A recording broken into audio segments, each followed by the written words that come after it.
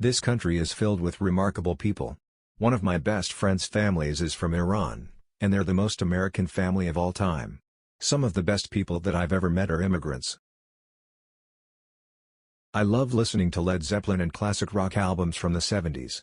They're just so brilliant because they breathe.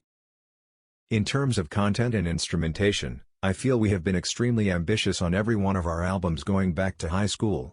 We were the first screaming hardcore band to put a big ballad on our record. That is one thing about playing with Guns N' Roses and Metallica, everyone wants to interview you. I remember when I was a kid, every time the Beatles were on the radio, my dad would say he'd give me $1 if I could. A great way to get your rhythm playing together is to work with a drummer, preferably someone that has a good groove and plays solidly in time. We had to take full advantage of the fact that we wanted to be one of the most creative bands out there that's getting backed by one of the biggest companies. It's just so obscure to take a folk song in a different language and be a pretty well-respected English-speaking rock band and totally take a song and twist it around and have fun with it. We want to go back to Southeast Asia and just do it right for them. You always have to try new things, and that's the one thing that we've learned from all the greats. Every album isn't gonna be every fan's favorite, but as long as you keep switching it up and making new fans, it's really about being persistent. I want to keep people on their toes, and that's just kind of how we've always operated. One of our biggest pet peeves is listening to bands that use harmony guitars for the sake of it. If you can't figure out how to do something different than Maiden, UFO, or even Boston, then what's the point?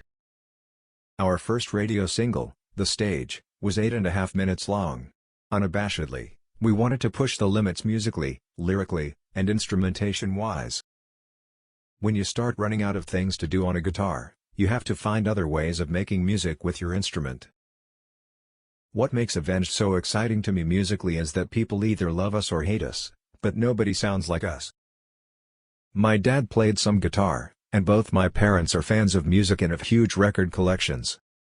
On our first album, Sounding the Seventh Trumpet, we were listening to more obscure heavy metal bands and hardcore bands. Even when we were at that point when we had very few fans, we never felt like a small band. We always felt like we had a big purpose. Mike Elizondo had an incredible array of guitars in the studio, but they were all right-handed. All the song choices that we've picked are unique in their own right. They're fun, and it's really just to engage our fans.